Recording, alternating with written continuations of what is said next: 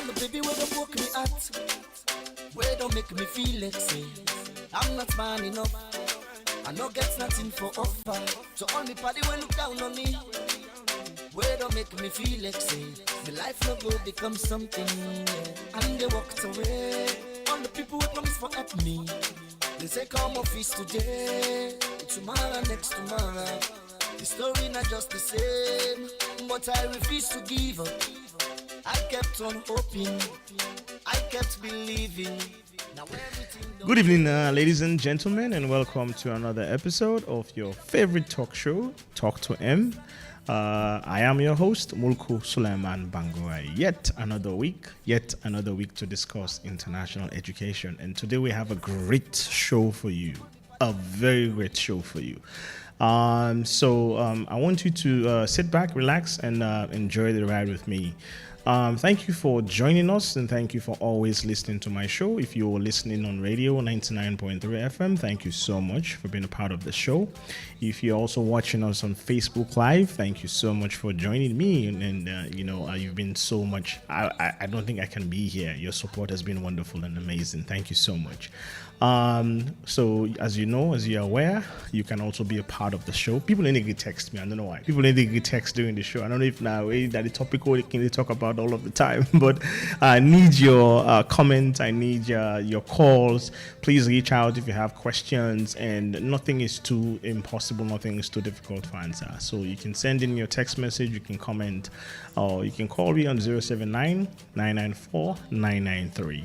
And we are on the topic of international education, and then today we are going to continue what we started last week, life as an international student. And this is part 2 of that topic, and we have a very special guest for you today. But we're going to take a short break, and when I come back, I'm going to introduce him, and he's going to tell us all about his academic journey overseas.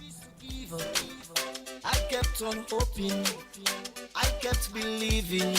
Now everything don't change. Me brother see me life now. It don't better now. Famous and the name now. You know go fit say you don't know me now. Anytime I like a fly to Dubai now. Hey, with me baby now. Anything I like I buy now. Turn up, cause me I let it turn down. I let it run down. I'm looking forward to a brighter future. I'm moving ahead. I never stop for nothing. I'm looking forward to a brighter future. I'm moving ahead. I never stop for nothing.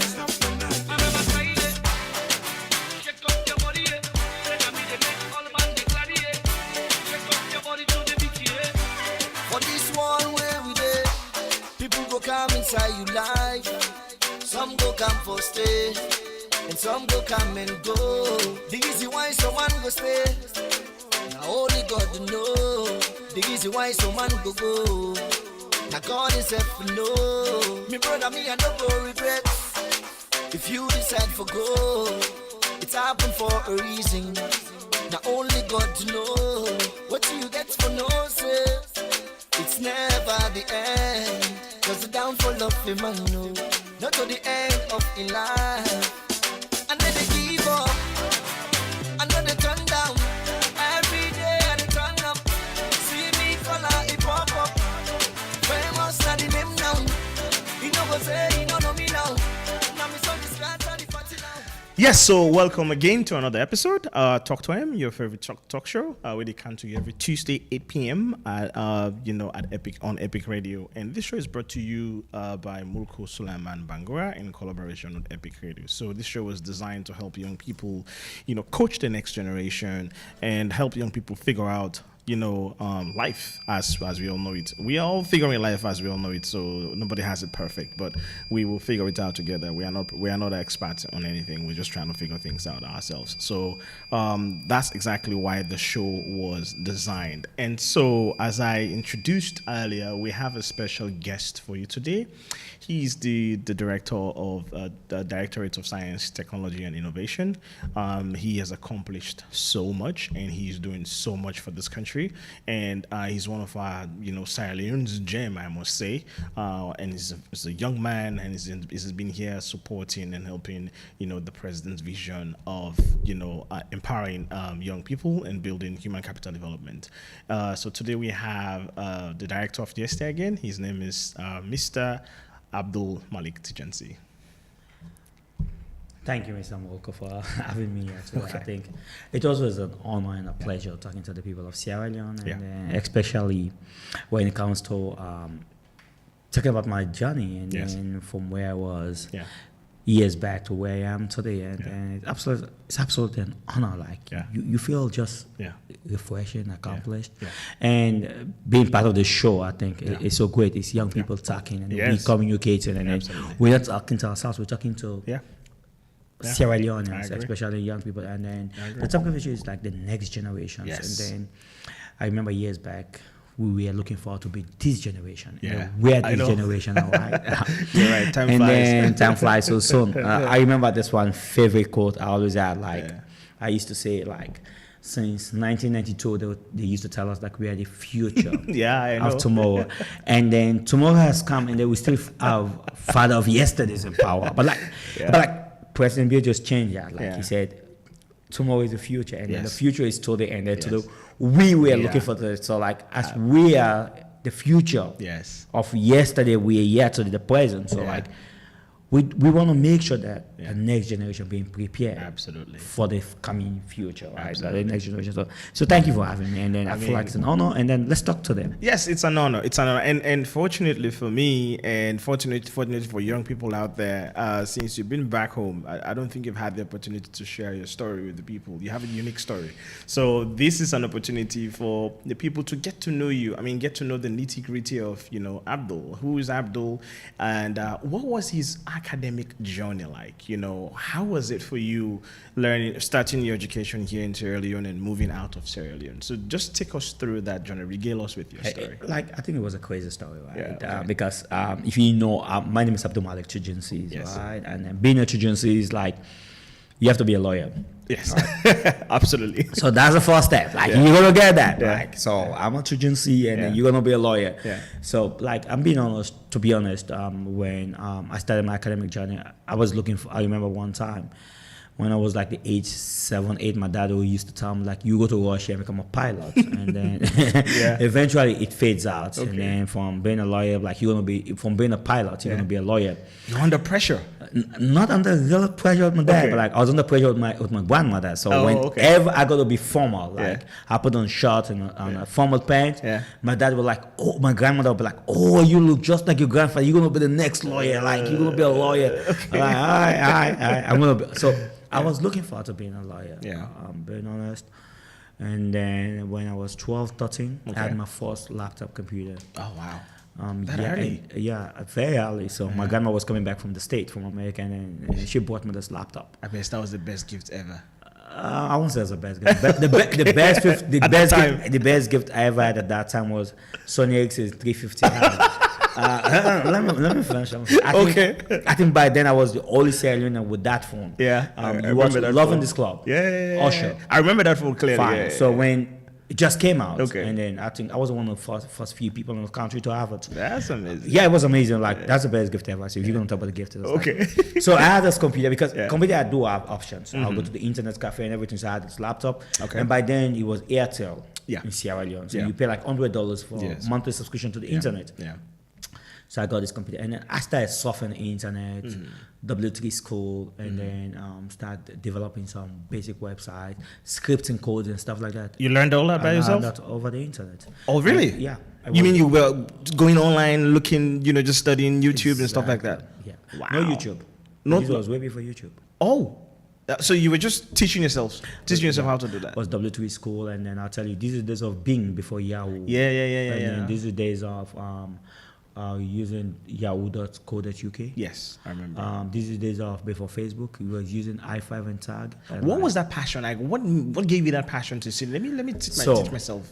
So it wasn't teaching myself. So when I had my computer, and then and I had my brother from the States. I was in Sierra Leone, and we were talking. And like, oh, we got this in America, we got that, we got that. I'm like, okay. So that was the curiosity that he sparked in me. Like, you keep looking, like you just having this computer to watch movies and everything. Yeah. And then at that time, Aliwali also was one of the biggest computer schools in Sierra Leone, and then you have AITH. So one of his children, who was, I think, his son, if not the first or the third or the middle of the, so he used to be in the computer game all the time. So him and I, we go home and practice some new tactics, how to use a computer and come and to show off. Yeah. So we sit in the evening and then like, do you know how to play 4 different movies at one go on your computer? So meaning for you to play that, you have to have 4 different applications like the VLC, you have to have the Windows player, and then you have to have the iTunes players. So this was like 2 decades ago. Yeah, I know. That's early, So from there, then my brother told me about i5 tag, and then I started like, I want to do this, then I want to do that. Okay. This was like Web 1 way before Web 2. Like, that was the invention of Web 2, which is which we call today the dynamics. Web, right? Solutions. And then it was from there, and then I started writing codes and everything. Wow. And then since that time to 2008, I knew that I wasn't going to be a lawyer. I knew that, like, you were different. Like, I knew that I'm going to disappoint these people. I know. So how did they take it? Did you allow you to express yourself? No, never. Oh, so you were basically... So this one time, I went home, like, with Silicon Pro. Moritown. Yes. What's the biggest tech place? Yes. Everyone wants to go to Silicon Pro. Like, if you go there, like, you just know that you're doing tech. So I went to Silicon Pro, and then they gave me those whole bunch of prospectors, and I went home. I was like, listen, I want to do IT. I don't think I'm going to be a lawyer. Okay. Like, all right, you want to be you want to be going to tech? Yeah. And you're going to study everything here. Yeah. If you don't know everything here, we're going to send you either you fly to the UK or America. That was my option. Oh, wow. Either go to the US or the UK. Okay. But when that do happen, I'm going to fend for myself. Yeah. And I knew that option was very hard. Like, flying to the UK, America just to survive. Yeah. I knew that survival was not an option. Like, I need to just do IT. I wanted to do tech. And then I'd be like, okay, it's not gonna work out. And then like, fine, I'll find my way. So that's where the nickname. Because I was grandma's child, so they used to call me Granny Pickens. So so they got a nickname. So my grandmother was the only person that I could go to and talk to. Like, she was very calm. And she was never like. At first, she wanted me to be a lawyer. She would tell me, of course, So then, when I decided that I had an option besides being a lawyer, I remember when my uncle got called to the bar. This was like 20 years ago. I think I was the youngest guest in that dinner. Okay. And I was there with him, and then we had meal and everything. And then on our way driving home, you're gonna be the next lawyer in the family. You're gonna obey this. You're gonna obey that. And he was playing this song. I want to own my destiny. I'll never forget that song. Wow. So I'm like, I'm going to go with my own destiny. You playing the right song. Like, I'm going to be a tech guy. Yeah. So I told my grandmother, listen, I don't want to go to America. I don't want to go to the UK. Yeah. Please help me out. I want to fly to South Africa. He said, what you going to do in South Africa? I want to go and do tech. So you were specific about South Africa. Why? Why South Africa? So because it's the only country I knew that I would go to, and then I wouldn't have family on my back. So you wanted to get away from the family, get away from the legal practice and and follow your own dreams. I just want to, like, I wasn't cocky. I was just confident. Every people out there, like, you're so cocky. I've never been a cocky person. I'm just confident because every day, like, I feel like vision is a God's way of communicating to us. Absolutely. So whenever I do have a vision to do something, I feel like it's got communicating to me. So you got it earlier. Like, you were one of the few that really knew exactly what you wanted at the early stages of your life. At the age of 17. Wow. I knew exactly what I wanted. Wow. At the age of 17, I'd be like, listen, I'm going to be a software engineer. That's awesome. And then my grandmother had this conversation a couple of times. So like, listen, your family would never allow you to do this. You're going to find a way. I was like, okay, it's fine. So it was around this time. It was around this time 12 years ago. And then everyone would just send me money because I was the only one with my grandmother. And everyone would just send me all this, like $2,000, $1,500. And they'd be like, you know what? it's for you and your grandma for December. So I got all this money. And I told my grandma, listen, this is all the money I got for this year. I'm like, listen, and I want to leave. I'm flying to South Africa. She told me, like, you can go. Interesting. I thought it was a lot of money. And then I went to Guinea, got my visa. By the time I got to South Africa, the money got finished. Did you had somebody in South Africa who you... Nope. So you just up and left? So I signed up online for this to this college. They sent me my letters, everything. I paid them full. I paid through Western Union. And then sent my letters. I applied for my visa and everything. On the low. So this is interesting. So you had this conviction that you had to go to South Africa, but you didn't know anybody in South Africa. You didn't have anywhere. So when you arrived in South Africa the first day, what happened? Oh, that was a funny story, right? So before I arrived in South Africa, let me tell you something, right? Before I even get into South Africa, and then that time Lucky Dube just got shot. Yeah. So I remember. Yeah. So finally, someone told my grandma, you know, one of the biggest celebrities in South Africa just got shot. They killed him, and your grandson is going to South Africa. They're going to kill him too. Yeah. And then my grandmother was like, yeah. So I was coming, like, I just got my ticket, right? And then I was coming back home. Mm-hmm. And then as soon as I walked in, and then so my grandma is that person that as soon as I walked in, she would just give me food. Okay. Like, here's your meal, and you have to eat now. Let's talk. Yeah. But she just started crying. Like, why are you crying? Yeah. Like, oh, they killed this man in South Africa. I said, who? Lucky Dube. I said, like, come on. He was a singer, and I don't know what he was dealing with, drugs and everything. You gotta apologize. I said, leave him. Let me just go. I'm going there to study. And then they'd be like, okay, now I give my blessings to go on. I remember she was fasting throughout that week. That must have been a very hard decision for her. It was very hard, but like no one in my family knew about it. Only she and I. It was like a deep secret. Like, I'm flying. And then we had that, and I told her, as soon as I get to South Africa, I'll give them a call and tell them I'm in South Africa. I was doing 2012 election, so the whole family was busy on the election. Elections and everyone was just busy. And you were busy planning your style. How to sneak out. Exit strategy. How to sneak out. So I knew by then that, you know what, if I'm gonna fly through Sierra Leone Airport, I'll get caught. Yeah. So I went to Guinea and then flew out of Guinea. You had everything planned out from the get go, from the start. Yeah. This is an amazing story. So which part of South Africa did you arrive at? So when I arrived in Johannesburg. In Johannesburg. Yeah. So did you have somebody to pick you up there? No, I already had traveling experience. So it wasn't. So you knew your way around. So I knew that I have to go to the checkout. Yeah. I was younger than that. Go check my security check, and get my luggage. And then I was there, but by the time I got there, I had no money left, and then I like. So how did you survive? When you took a cab, like, where did you go? Like not when you took a cab. I didn't even have money for a cab. Yeah, this is and then the first call back home. That's when I knew that you have to call back home. You can't just leave like that. So this is a crazy story. So I made the call. I'm in South Africa. They said, "What you doing there?" I'm like, you have to study. Who sent you? Came out myself. I used the money sent from Mama Aja, my grandmother. Like, for Mama Aja, like what Mama Aja said. I said, she supported me. I said, okay, phone your grandmother because she has spoiled you. Yeah. And they just send you money. I'm like. So your dad was very pissed and angry at you. And then he told me. His words were like, look for the job at the airport and start cleaning. Oh, my Lord. And then I phoned my grandmother and I'm like, why can't you just pray? Oh, so your grandmother... So instead of giving you money, your grandmother was saying you should just pray. She doesn't have money. She was old and she was depending on her kids and other grandkids and my siblings and cousins to send her money. Like, I'm like, all right, cool, grandma. I'll find a way. Okay. But also dumb. Because I flew to South Africa with Xbox 360. Really? Yeah, really? Of course. So that's my game. That's my favorite. Why would you? So I flew to South Africa with my game. I'm like, no, I'm going to go there. Like, I didn't even have a house. Yeah. You didn't even have a TV and then you're taking your game. Xbox. Where are you going to play Xbox? At the airport? And then, so this guy and I, we just had a crazy conversation about Obama and... Okay. And then... what's his name? Senator McCain. And he listened to what I was saying. We were debating. Okay. And like, he looked at me and like, where are you from? I'm from Sierra Leone.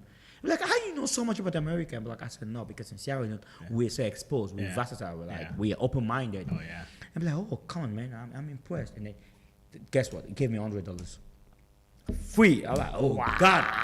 And I phoned the college. I'm like, I've arrived. I'm like, you where? Yeah, I'm in Joburg. They're like, you have to go to a Park Station. And then I went to Newcastle because from Joburg to where actually I was going was like 4 hours drive. Oh wow.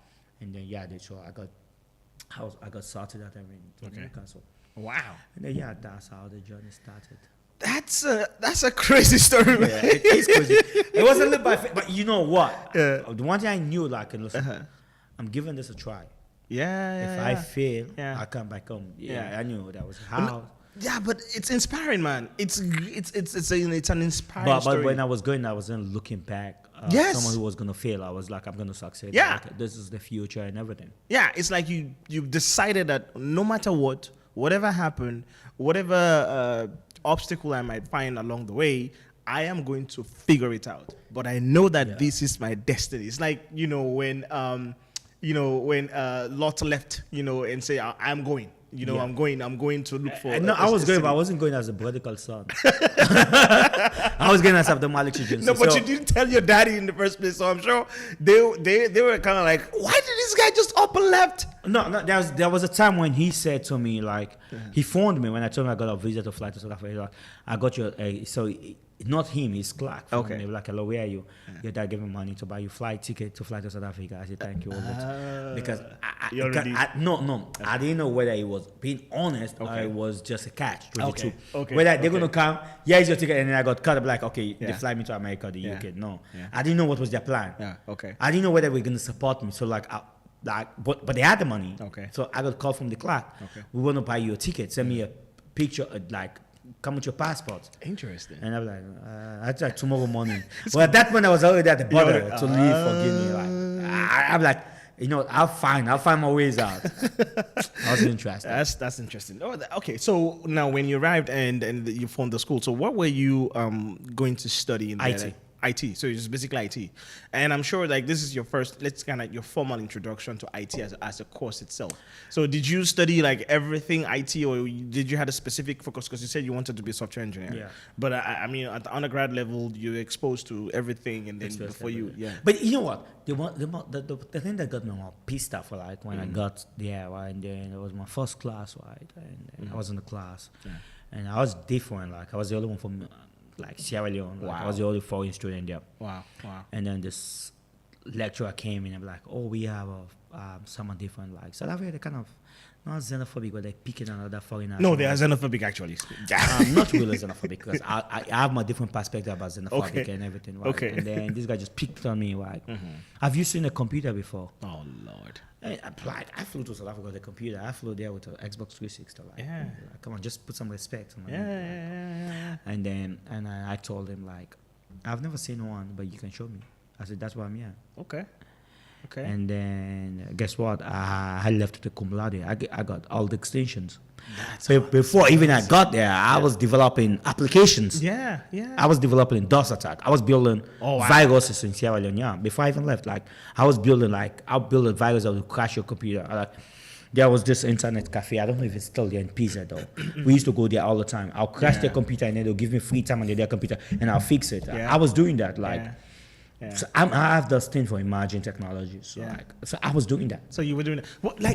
Is it like I need to understand your brain. How did your brain work? Did you have to did some of these things came in naturally? You just knew how to navigate around them, or you did some research, or you had this formal education? Like, did you know about when you said designing? Not really like formal education. Formal education was certain things, but like I do have the basic concept of things. Okay. So I'm good at like if you happen to talk to me about tech and then I just listen, and then I put my mind to it.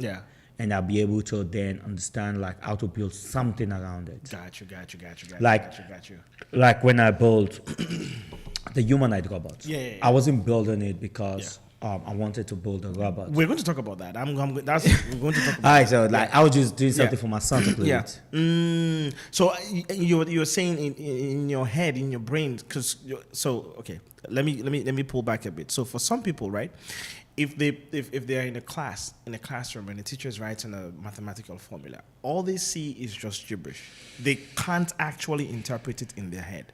why some people, for some students, if they're actually writing mathematical formulas, their brain has a way of picking all those formulas puzzles. apart. Yeah, like Put it's it a together. natural thing. They put So it it's together. almost And natural. yes, they can just follow the steps and get the answers right there without even putting a pen to the paper. That's how their brain works. And that's how your brain works Yeah, so- when it comes to tech. So exactly. So like Yeah. with me, I started developing Android mobile apps since Gingerbread. Wow. Like when It's the earlier version. Yeah, like I had over 3 scholarships in South Africa throughout my years. Like till today, yeah, over 3. And there was this one time I was studying at Durban Computer College, and I do get a scholarship to study at IT Varsity. Yeah. Before finishing both campuses, I got another scholarship to study at Mankosa. And all those scholarships were basically based on your academic output and your Yeah. I was the first foreign national student to win a cum laude in Durban. That's amazing. And then also I was the first foreign national as well to be among the top 15 IT people in South Africa. Like the Geek Culture Award. Like, it was the biggest in the country. And then I won it. I developed a lot of solutions. So you started schooling in Joburg. So did you do like in Durban. in Newcastle to Durban. Okay, Newcastle is okay. So in Durban. So you when you landed at Joburg, you moved to Durban. To Newcastle. So Joburg was just a transit point. From Joburg, I same day took a taxi, the bus to Newcastle. From Newcastle, and then I had all the extensions. Okay. And then they sent me to Durban. Okay. Durban I had cum laude. Durban I got like 3 scholarships in Durban. Wow. Yeah, like till today I can study at Management College of Southern Africa. Yeah. Free of charge. Oh, that's cool. That's cool. Yeah, So, I done a lot of work with Mango City University of Technology. Mango City University of Technology, I can study that anytime. Like from their lecturers to the final year students. Before coming to Sierra Leone, I was in charge to like aligning their curriculums to emerging technologies. I was in charge of training their lecturers, like their doctors and senior lecturers, and then I was in charge of their final year students. I'll bridge the gap of training them between the student to the industry, and then till I founded my own institutions as well. It worked out. It worked out so well for you. You know, you had to make that. You had to make that choice. You had to make that move. So, what was like the culture shock for you? The most remarkable culture shock? Finding kids smoking on the road in their school uniforms. Kids like smoking like that, like. Cigarettes or weed? Cigarette, weed, everything. Like Jesus Christ. Like you're like everyone on the hat. Like I saw them smoking. Like I would be shocked. I would be shocked. Like you like I remember this one time. Like I remember this one time I got like 70% in school for 3 times, and then my class teacher was Mr. Rogers. So like, listen, 70%. He said, you have to call your parents. And I was so scared to call any one of them. And I saw this man on the road. I'm like, listen. Yeah, we all do that sometimes. I was like, we all do that. I didn't know what. You're going to be my dad. Yeah. And I went with this man. And then the teacher said, he used to be a straight A student, 99, when I was getting 7. They'd be like, put him on the desk and give him 12. Oh, he said, you know what? I said, I'm not his parent. And then he just found me on the road. I was 12. Like, dude, like, listen.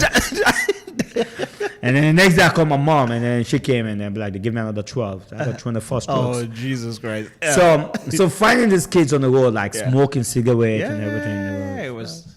That is definitely. That was very shocking. Yeah, it was shocking. Yeah, some people were talking. Well, I spoke to the other day the commissioner, anti-corruption commissioner Francis, and he was telling me about the stack inequity that exists in South Africa. You would see, you go to places like.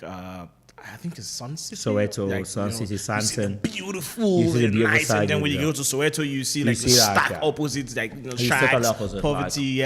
So I live in South Africa. When I wasn't, I do have my institution. I have one in Joburg, one in Durban, and then actually in Durban, where my office is, I own the property there. Oh wow! So you bought a property there? Yeah, I bought a property. I bought a property when I was 25 years old. Oh, geez. Yeah, I was 25 when I bought my first property in South Africa. I don't think 1 hour is enough for us to actually delve deeper into it. Yeah. So, I was because I have so many questions in my head, but I can't ask them because we only have 1 hour. I was 24, 25. Actually, I was in the barbecue stand and I saw the property. I told my friend, let's go and buy it. It was a multi-million property. I bought it cash off. I own a couple of apartments on the beach of Durban too. What is motivating your mindset, like the way you think? Like how come you have this positive way of thinking? Like I said, I'm not cocky. I'm just confident. I know what I know. One vision is God just communicating to me, and I just feel like I know what is right and what is not wrong. I have that gut feelings, and then That's it. there's one thing about me is like whenever I want to do something, and then to me my religion is humanity. It's not. I believe in God. I believe in Allah. I believe in Jesus Christ. And then, but like I look at human first because it's you that I'm talking to. I read about Jesus on the Bible and then Muhammad on the Quran because I was brought up in a Muslim home and I went to a Christian school. But you and I, like how I treat you, it's what you will remember. So when it comes to me, it's like I like planning my life. I know where I'll see myself in the next 5 years. If you ask me now, what's your plan after DSTI? I'll tell you exactly what my plan after DSTI. If you ask me like, what's your plan after DSTI, what's your plan after Sierra Leone, I'll tell you exactly because I have all that figured out. I meditate a lot. I studied in India. So I saw that, So one thing I learned when I was studying this, how to meditate, and then there's yoga. There's a morning mindset. So when I wake up every morning, I plan my day before I even have my first coffee. Wow. So I'll have like 2 to 3 cups of coffee every morning. Yeah. Me too. I'm a coffee junkie. Yeah. But yeah, you're using the power of manifestation a lot. I can hear that from what you were saying. You have mastered your visualizing things before it even happens. Yeah, exactly. You've mastered that. Saying, you know what, this is what I want exactly, and this is what I'm going to get. And you manifest it, and then you start working towards it. And then you actually putting in the work. You're not just speaking. I don't say that. You're just putting in the work, and that's exactly what. Have you watched The Secret? Oh, I love Secret. I watched Secret like 10 times. I was like 10 times. I've watched it like when I was in my second year in uni. Like I used to watch it like every day. Yeah, and that documentary changed my life. It changed my life absolutely tremendously. Yeah. So when you watch The Secret over and over, and then you read like the 48 Laws of Power. 48 Laws of Power, yeah. And then have you ever read The Art of War? Yes, yeah. Shanshu. Yes. I say mainly surrounding around the Zulu traditions and the Shaka Zulus. So when you read those books, and then you got a different concept about life. Those books change his life. Yeah. So you expect people like like I said, my religion is humanity. Yeah. And then so I manifest things a lot. I mean, I like that a lot. I like this conversation a lot. So, how about that? I now the way the conversation have elevated so much that I can't even speak to the little things. I wanted to talk about like the weather. You know, how did you manage? To balance off. Because in South Africa, you guys have the winter. We have the winter, the summer, and spring, it's super cold in the winter. Yeah, I was in one of the coldest cities.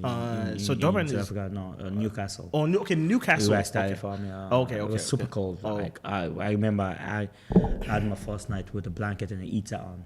Jesus. Like the heater was actually literally covered. Oh wow! Up with a blanket. It was super cold. Wow. Wow. But one of the best thing I did for myself when I left, like I was off all social medias. Yeah. Really? I deactivated all my Facebook account. How did you do that? Because the mindset, like, you know what, I'm gonna study, I'm gonna focus on myself, I'm gonna build myself, and I don't want to have any negativity or negative energy. At that time, WhatsApp was an emerging technology in Sierra Leone, so there were a lot of WhatsApp groups. Everyone set up groups. They have this group, that groups, and like, you understand. So I deleted myself, got a new number.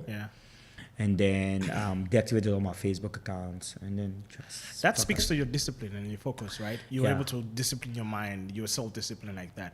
I mean, I'm trying to read a book on digital minimalism. It speaks to something like that. You know, how social media is basically a distraction to actually manifesting our manifestation. I'm on social media not because I want to be. I'm on social media to look at what the next pattern of technology will be like, what the trend is will be like. So you're actually using social media. Social media is not, you're not there for just to be a part of the matrix. I'm not, because if you look at most of my social media account, like hardly post or do anything. I just look at them and be like, you know what, I know what will happen next. And then I'll tell you what will happen next. The next big thing on social media will be pay for things on social media. Absolutely. And you'll be like, you'll be able to buy things online. You'll be able to pay to buy things on Twitter. Twitter marketplace will come up. And then Facebook has a marketplace already. Right now, soon will be enough. You'll be able to buy things on Facebook marketplace because they want to build an e-commerce ecosystem. So things like that will match. So I go through those things to look at what next in this threat will be in the 20 technology, and then where we'll be heading for next. And then that's amazing. And then you look at Facebook owns Meta owns now Facebook, Instagram. I know. And then they got their own Twitter kind of, which is bad. Yeah. So what will happen? So that's the preparing for Web3. Yeah. So Web3 will be link IP addresses and stuff like that. Exactly. So that's the only reason why I look at social media. And look at what it's trending. Other than that, I won't be at social media. Wow, because my circle is so small. Like I can reach them out on phone calls. Yeah. It makes a lot of sense. So of course you don't see the need to expand your circle. You just basically it's quality over quantity. Your network is your net worth, basically.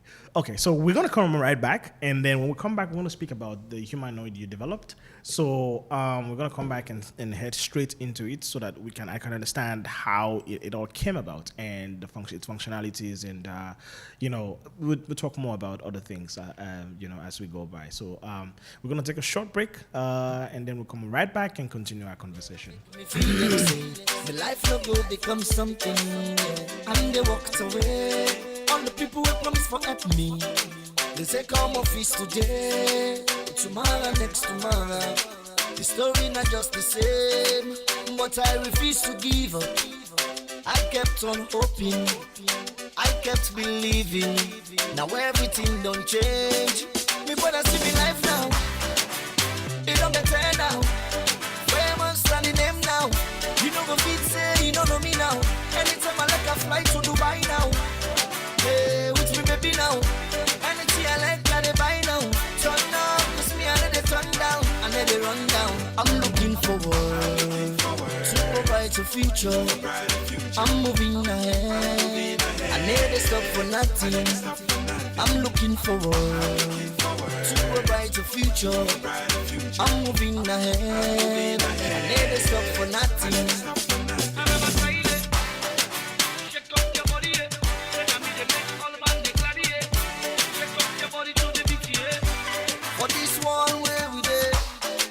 Come inside you life. Some go come for stay, and some go come and go. The easy why someone go stay. Now only God know. The easy why someone go.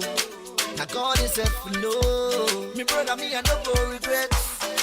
If you decide for go, it's happen for a reason. Now only God to know. What do you get for no say? It's never the end. Cause the downfall of a man, no, not to the end of a life. And then they give up. Welcome back again. This is your favorite talk show with Mulku Sulaiman Bangura. Talk to M. We bring the show to you every week, Tuesday, 8 p.m. And the show was designed to help young people coach the next generation, figure their lives out, in terms of career choices, entrepreneurship, whatever challenges they might have. We just want to share our stories so that they can relate. And I'm sure there are many out there that can relate to some of these stories.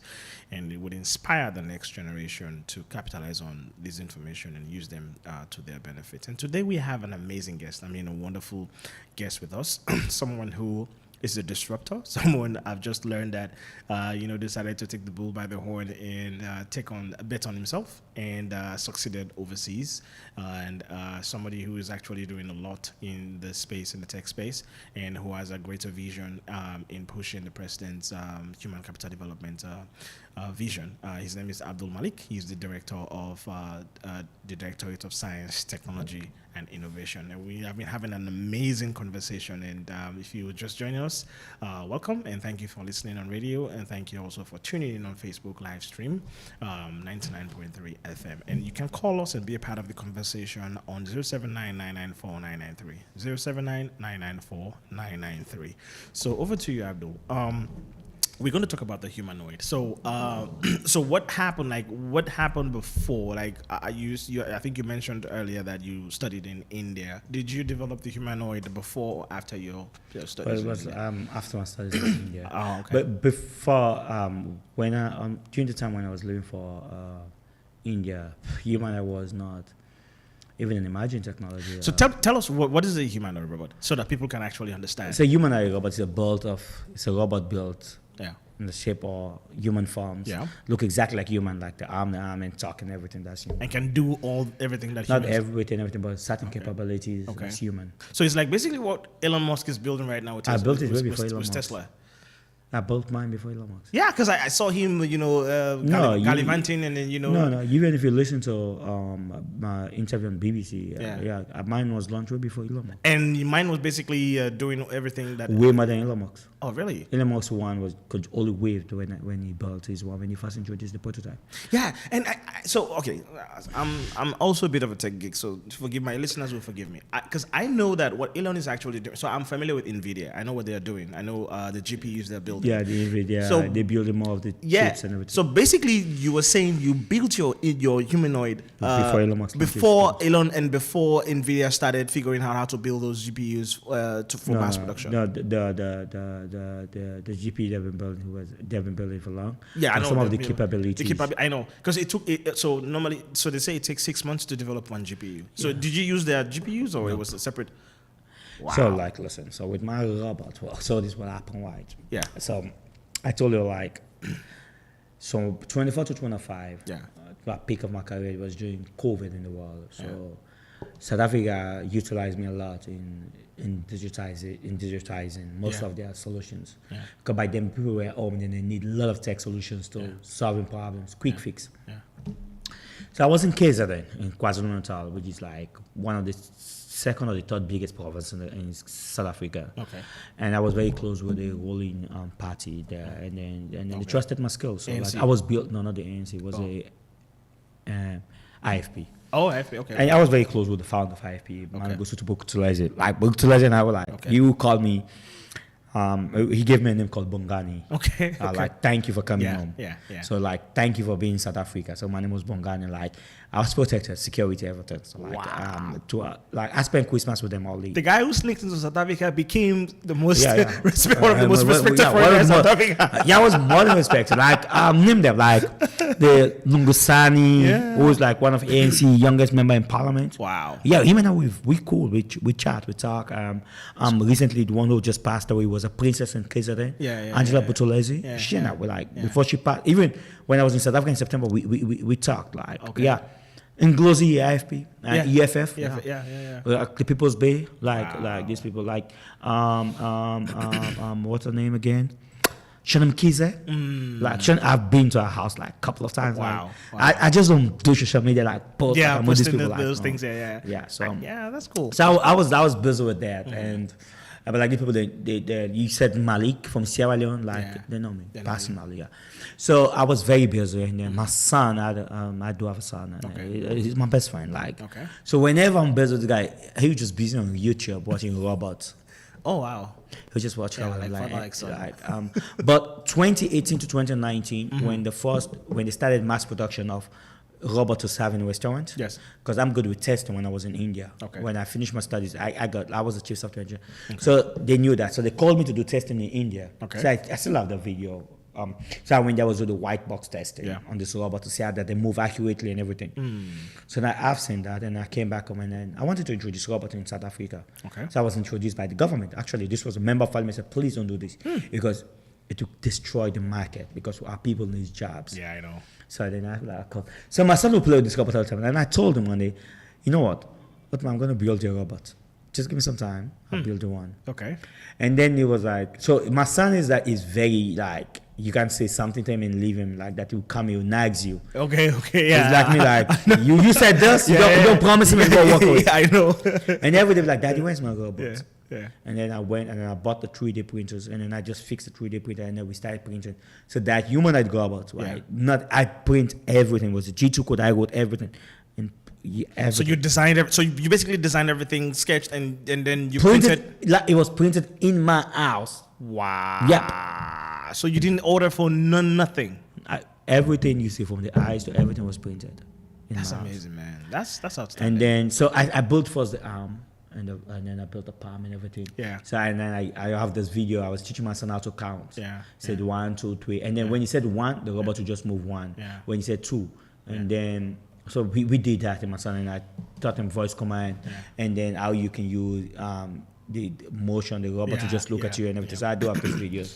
So I'm assuming you wrote the codes. I wrote the codes. So the robot can learn. That's machine learning. So with my son. And this was way before the explosion of AI. So this was way before even. So I built the robot way before it got to the news. I'll tell you, right? So I don't post. Like, I don't. I do have a lot of solutions. Like, I've built. Yeah. Like the school notice board in South Africa. Yeah. When people were transitioning from websites to Android mobile app. Yeah. Yeah. I was there. We were leading it in South Africa. Wow. School notice board. I was a senior software engineer, first year in campus. Wow. This was in KitKat. Yeah. During the early KitKat, version. Yeah. before they said Android mobile app studio, Yeah. like I was there. When Objective CNC for iOS, Yeah. Yeah. I was in the forefront. I was there in 2015 when Apple moved from Objective CNC to Swift. I was there. I was like developing. I had a scholarship to study and work with Apple, and I rejected it. I still have it. Oh wow. Why did you rejected Apple? Okay, so it's a funny, crazy story, right? Yeah. So I received this email. So I was part of, you got something called the Swift Playground where you go and play and show your skills. Yeah. And if you show your skills, then Apple will just send you an email that we want you. Oh, okay. And by then, I do have better options. And I Yeah. was supposed to open institution in South Africa. Okay. And I was just waiting my option. And then, like, I was speaking to a child. And like, no, I can't leave and go to America. I get it. So that was always. So But I still have that email. Like, I just look at it sometimes. Like, this is where I'm from. This is where I am now. I have a lot of questions. So the humanoid. So after you built it and you said For you my didn't- son. Yeah, for your son. I just left it. So how did the world got to know about it? So and then I went to work. My office, so my staff, they were like, "Did you fly during December?" I'm like, "No, I was just home. I was just building this stupid robot with my son." And I showed them the video. And my marketing manager be like, "This is not stupid. If you bring this here, I'll make you millions of rands." I'm like, "You sure?" Wow. I'm like, "Yeah, I'll do that." So my company was turning 5 years, and I told him, "Listen, we're turning 5 years in 3 months' time. I'll build a humanoid, and the humanoid will welcome the guests at the event." Interesting. And they were like, "It's unbelievable. I don't believe it will happen." I was like, well, "Relax." Yeah.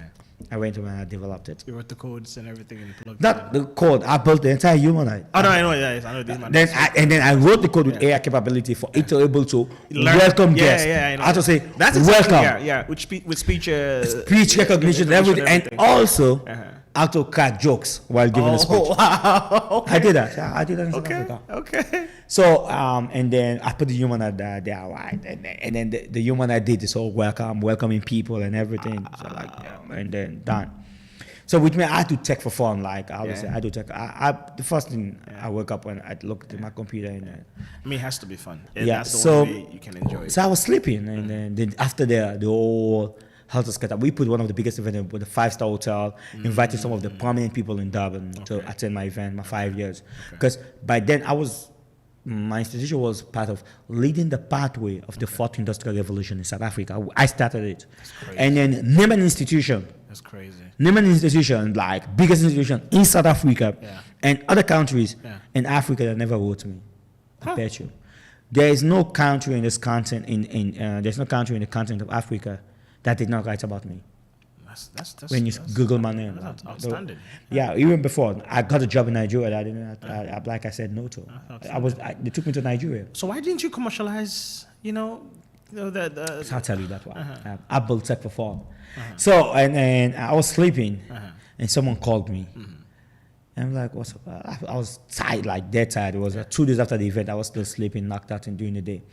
And then he said, "Did you just see yourself on the news?" I was like, "What news?" Dude, it's like, bro, man, you built the first humanoid robot in Africa. I'm like, don't tell me there is no robot in Africa. I'm like, yeah. Man, check it out. Of course, yeah. I didn't believe it. And I checked it out. First humanoid robot with AI capabilities introduced in Durban. Yeah. And I looked at it. I'm like, Then you realize. and it blew up the social media in South Africa. Of course. Not in Sierra Leone. Of course. This was not Sierra Leone, right? And then I was like, oh, okay, it's fine. And then there was this AI conference going on in Santon. And then so they posted on the social media, we have one of the smartest human in Africa and blah, blah, blah, and everything they're doing Amazon. I was like, really? Like, to me, I feel like this is God gift, God talent. It's not something that I just want to hold on to and then have ego about. I be like, just normal. I was just being cool and then being humble. That's done. On my way from Joburg to Durban, who called me? BBC. Wow. CNN writing me. News Africa. like, come, like. I mean, this was novel. It was actually a novelty. We only seen. I saw Tesla, Elon parading and gallivanting. So when I listened to people say, I went to do my research and I saw that. I'm like, wait, you did it first, because this is actually it. Yeah. Even like this guy from Nigeria was like, Chukwemeka was trying to build his band and everything. I just laughed. Tunisia, Morocco, or Algeria. Yeah. Either if not Tunisia, it's Morocco or Algeria. I still got the message on LinkedIn. Yeah. They wrote me to assist them. Durban University of Technology, with all the money, with all the resources, they could not build a human eye. They started it. I do have it. Yeah. The head of it came to my own campus in Durban and be like, it's mind-blowing what you're doing. Like, it's just so amazing. It is. Yeah, I was actually building a self-drive car. It is? Oh, wow. I was in an EV car before I left South Africa. So you were... I was supposed to partner with Regent Business School. I was supposed to do, like, we had a meeting. We were just supposed to sign the agreement and everything. And I felt like it was not really worth it on me signing it. I was going to sign with Regent Business School. So I'm still stuck on why didn't you commercialize that? Because so there are two things in terms of technology. This is what we keep on failing. Even in Sierra Leone, I tend to learn that a lot about people. There's technology that are ahead of time. Yeah. There's technology that's perfect timing. Yeah. Robot is ahead of time. Yeah. Robot is in the fifth industrial revolution. Yeah. It's not the fourth. Okay. It is an emerging technology. Okay. Even Elon Musk that is putting more money in the robot is not going to make money from it now. Yeah, production starts in 2026, I think. Production and distribution in 2026, yeah. Production and distribution with failure and everything. Yeah. Even the Tesla cars, how many people do have Tesla cars in the world? Yeah. It's only for the first world countries. Yeah. So robots are not yet ready. So we're currently in the fourth industrial revolution. Fourth industrial revolution is where we're going to level that playing ground. The fifth industrial revolution is when it's going to come between machine and human. Yeah. We're not yet ready for that technology. It's an emergent, it's a far way. We're not even ready for Leafy yet. I know, but which is faster than Wi-Fi. Disruption, it would have been, you're basically disrupting the market. And you cannot disrupt the market with machines at the moment. No, I mean, your invention at the time was basically a disruption. And that could start the conversation. For the next generation. Yeah, because I'm assuming now, I'm thinking, probably Elon could have tapped into some of your research or some of the things you left behind. I don't know. Maybe. Like, when the robot came out, I do have a lot of opportunities in the world. Yeah. A lot from... Like a lot of countries reach out. I can imagine, man. I can imagine. Let's go back to your institution in South Africa. I want you to tell us more about it. Like, what's the name of the institution and what's the focus and your, I think it's an institution or a business. Tell us more about it. So Africa School of Technology. So when I returned back from India, and then companies were throwing me a lot of huge salary pay scale. It was so funny, right? Yeah. I was young. I was like 22 years old. $7,000. Interesting. $8,000 in an economy like South Africa. I have earned that, yeah. And then, and I started like, you know what? I opened for some internet cafe. I was making good money, and then I started getting contract as a consultant.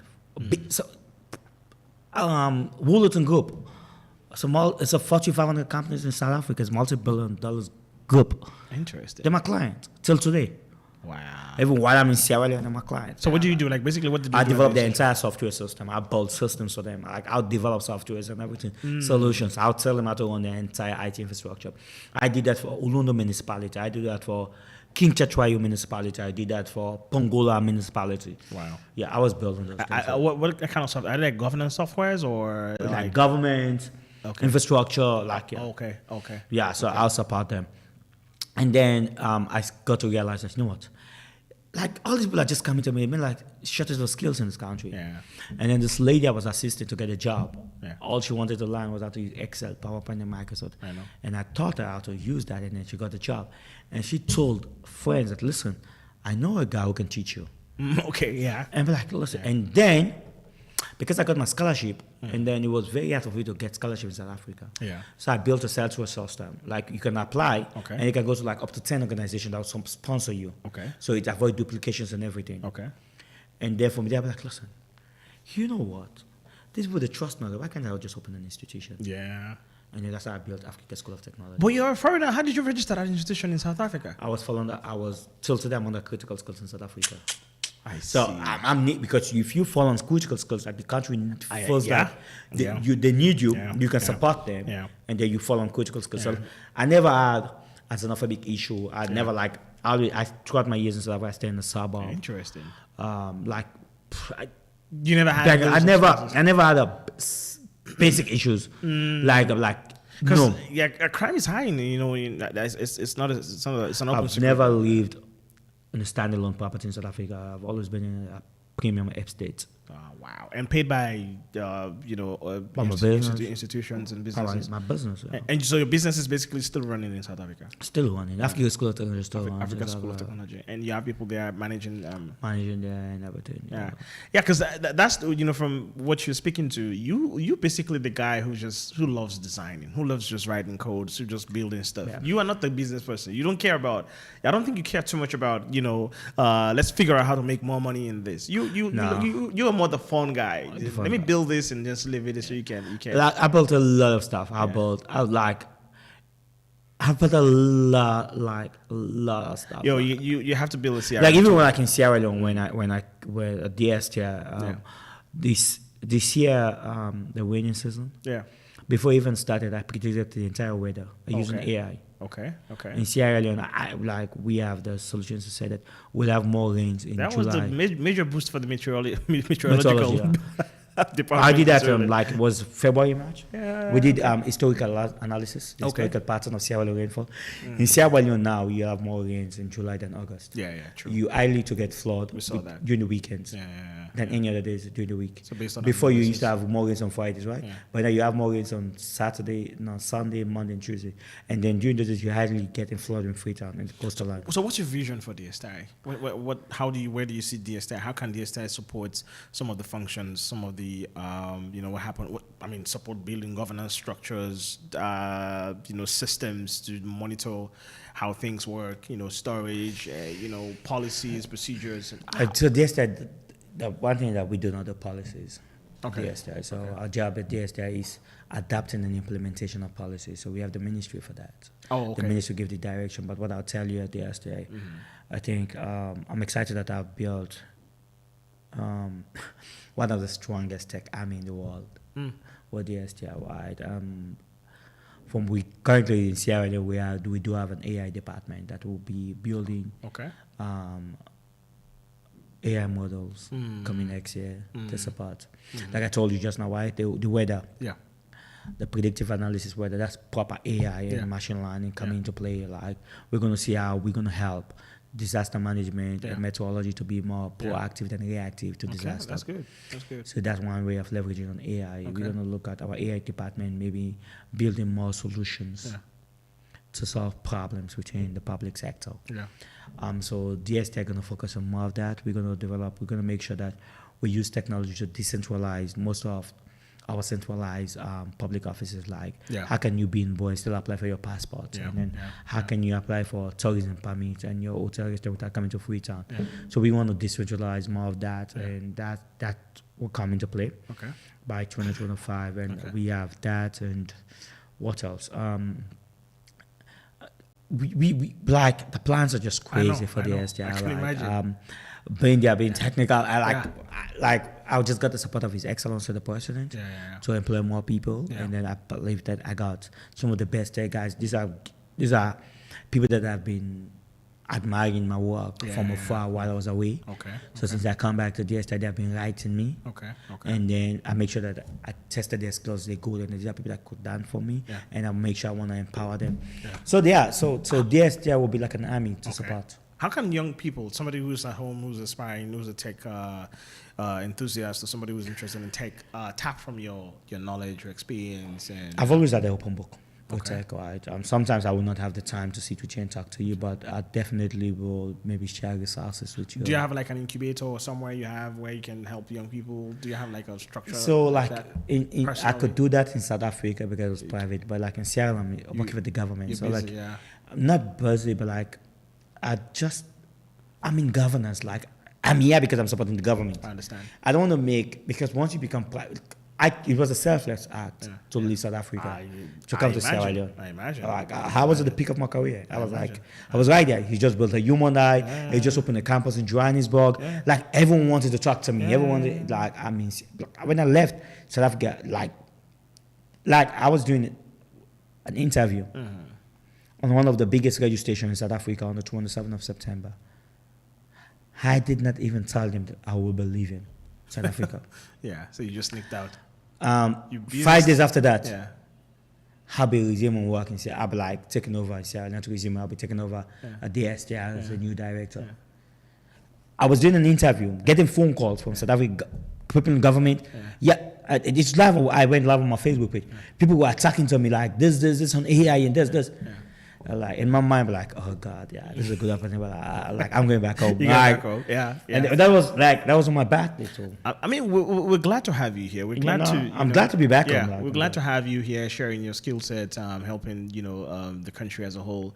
And this is a very brilliant opportunity for you to share your Thanks story. for And I'm sure, absolutely, for sure. For identifying brains out there, and you agreeing to come back here, because trust me, coming back here is you are really, you're not self-serving. You basically, when you want to serve people, you want to serve the nation, because you could have stayed there and make a lot of money for yourself. It's not about money. Yeah. So one thing I learned about South Africa is being a nationalist. Yeah. Oh yeah. Yeah. They're very nationalist. They're very nationalistic. You never find South Africa that want to leave their country because of problems. They will agree. rather stay and solve it. Yeah, So when I got this opportunity by His Excellency to come back home, I'm like, listen, these people are so nationalist, I'm serving them. Why can't I go back and solve the problems in Sierra Leone, especially knowing that I'm in tech and I know how to solve these problems. And So what's next for you as we're rounding up? What's next for you? What next for me in terms of? Career-wise, what's actually going on in your brain that you want to develop next to help, solution, to help solve some of our issues? No, I think for me, when in Sierra Leone, I don't want to be the biggest tech guy. Okay. To me, I just look forward to create more enabling environment in this country, making sure we have more young people the opportunity to be able to innovate and then be independent. And also, that's one, and make sure I build more ecosystems, because at the moment, the ecosystems are not yet built. Sure. And I think I just want to make sure we have them, and then make sure that we're shifted because other countries, tech is contributing tremendously to their economy and their job employment. And Sierra Leone is like a green land. Yeah. So I want to use all of my knowledge, my experience, and then let these people tap into the opportunities in the countries. That's all. Like on personal fulfillment, I'll tell you, be honest with you, I don't think there's anything I want to achieve anymore in terms of tech. Amazing. Any final words for any young man, any young boy, girl out there that's listening to you, that is, this is about education. I'll just say education is the mother of leadership. Yeah. I'm where I am today because education gave birth to me. And then so they just have to focus on it. Yeah. You want to be international students.